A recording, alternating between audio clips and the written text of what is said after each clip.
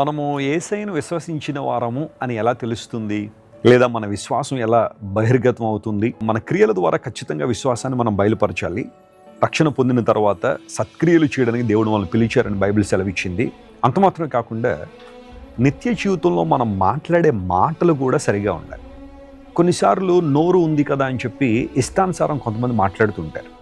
తమను తాము శపించుకునే వాళ్ళు కొంతమంది, లేదా ఇతరులను బాధ పెట్టేవారు కొంతమంది, ఇతరులను శపించేవారు కొంతమంది, ఎక్కువగా నెగిటివిటీని స్ప్రెడ్ చేసే మాటలు లేదా ఇతరుల మీద లేనిపోయిన నిందలు మాట్లాడి ఆధ్యాత్మిక జీవితంలో వెనకబడుతూ ఉంటారు.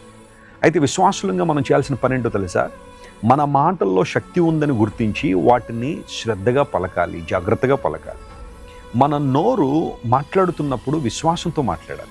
నువ్వు ఎప్పుడైతే విశ్వాసంతో మాట్లాడతావో విశ్వాసానికి తగిన ఫలాన్ని, ఆశీర్వాదాన్ని చూస్తావు. సో విశ్వాసంతో మాట్లాడండి, విశ్వాసానికి తగిన ఆశీర్వాదాలు పొందుకోండి. God bless you.